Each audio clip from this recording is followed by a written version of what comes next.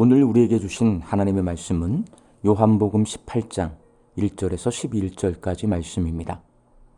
예수께서 이 말씀을 하시고 제자들과 함께 기드론 시내 건너편으로 나가시니 그곳에 동산이 있는데 제자들과 함께 들어가시니라. 그곳은 가끔 예수께서 제자들과 모이시는 곳이므로 예수를 파는 유다도 그곳을 알더라. 유다가 군대와 대제사장들과 바리새인들에게서 얻은 아랫사람들을 데리고 등과 횃불과 무기를 가지고 그리로 오는지라. 예수께서 그 당할 일을 다 아시고 나아가 이르시되 너희가 누구를 찾느냐? 대답하되 나사렛 예수라 하거늘 이르시되 내가 그니라 하시니라. 그를 파는 유다도 그들과 함께 섰더라. 예수께서 그들에게 내가 그니라 하실 때에 그들이 물러가서 땅에 엎드러지는지라. 이에 다시 누구를 찾느냐고 물으신대 그들이 말하되 나사렛 예수라 하거늘 예수께서 대답하시되 너희에게 내가 그니라 하였으니 나를 찾거든 이 사람들이 가는 것은 용납하라 하시니 이는 아버지께서 내게 주신 자 중에서 하나도 잃지 아니하였사옵나이다 하신 말씀을 응하게 하려 함이라라. 이에 시몬 베드로가 칼을 가졌는데 그것을 빼어 대제사장의 종을 쳐서 오른편 귀를 베어버리니 그 종의 이름은 말고라. 예수께서 베드로더러 이르시되 칼을 칼집에 꽂으라. 아버지께서 주신 잔을 내가 마시지 아니하겠느냐 하시니라. 아멘. 오늘 본문 말씀에는 예수님이 잡혀가시는 장면이 기록되어 있습니다. 가롯 유다에게 정보를 얻은 군인들과 사람들이 예수님을 잡으러 왔습니다. 그런데 본문 4절에서 예수님이 자신이 당할 일을 다 알고 계셨다고 말씀하고 있습니다. 예수께서 그 당할 일을 다 아시고 나아가 이르시되 너희가 누구를 찾느냐?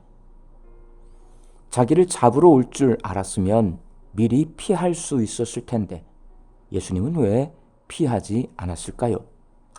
제자인 유다가 배반할 것을 알고 계셨으니 유다를 미리 혼내고 쫓아냈으면 고발당하지 않았을 텐데 왜 그렇게 하지 않으셨을까요? 예수님은 자기가 무슨 일을 당할지 다 알면서 왜 이렇게 아무 대책 없이 계시다가 붙잡히셨을까요? 고발당하고 잡혀서 재판받고 고난당하신 후 십자가에서 죽는 것이 하나님 아버지께서 주시는 잔이기 때문입니다. 본문 11절 말씀입니다.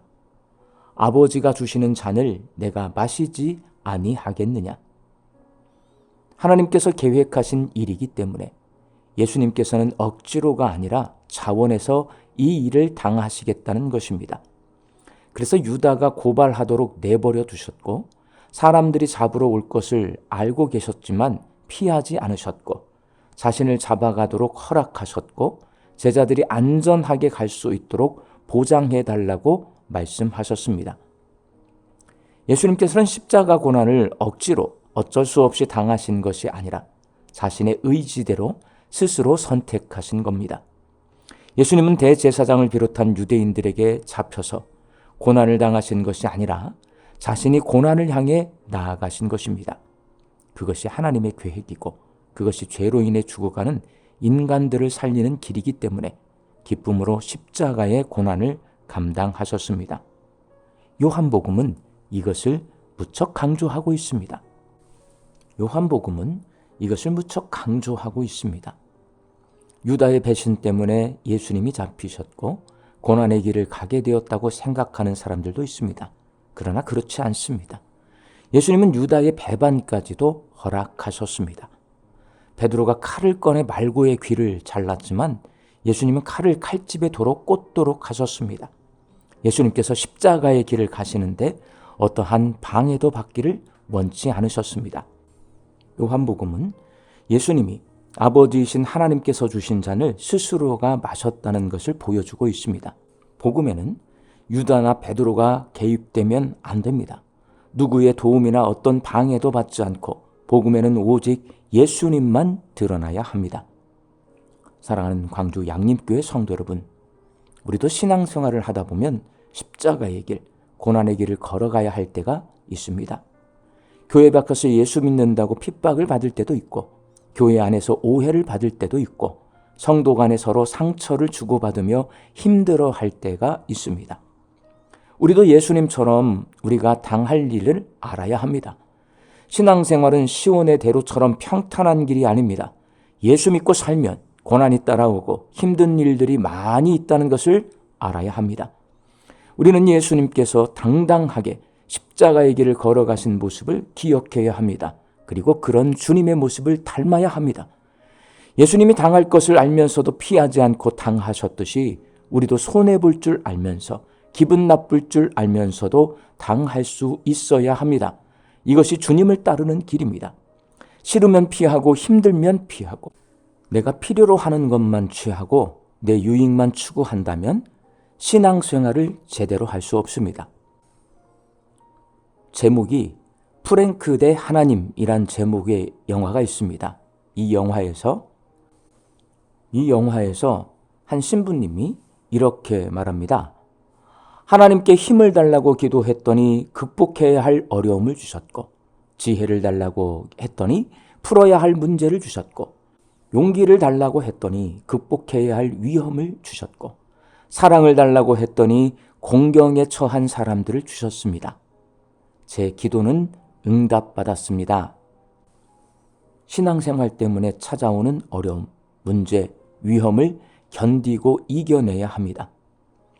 예수님이 유다 때문에 내가 잡혔다, 베드로가 칼을 꺼내드는 바람에 일이 힘들어졌다고 남을 탓하거나 원망하거나 변명하지 않았듯이 우리도 묵묵히 모든 것을 감내하면서 신앙생활을 할 수 있어야 합니다.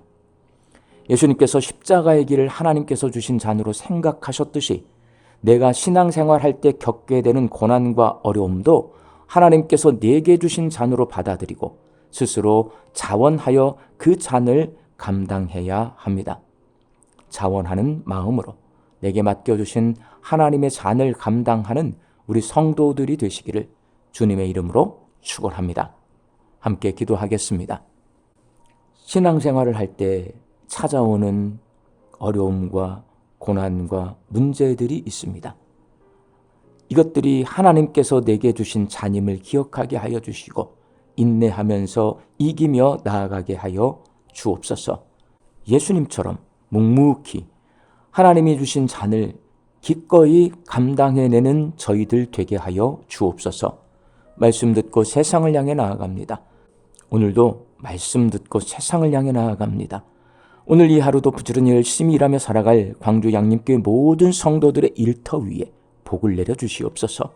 일용할 양식을 풍성히 거두게 하여 주시고 자족하며 감사하며 살게 하여 주옵소서. 흩어져 살고 있는 내 가족과 자녀들이 고난 가운데서도 어려움 가운데서도 문제 가운데서도 하나님이 주신 잔을 묵묵히 감당해내는 믿음의 삶을 살게 하여 주시고 육신이 연약하여서 낫기를 간구하는 환우들에게 치유의 능력을 허락하여 주시옵시며 오랜 시간 침상에 누워 계시는 장기 환우들과 어르신들이 천국 소망 붙들고 오늘 이 하루를 살게 하여 주옵시며 애쓰고 힘써서 돌보는 가족들 위에 새 힘을 더하여 주옵소서. 예수님의 이름으로 기도하옵나이다. 아멘.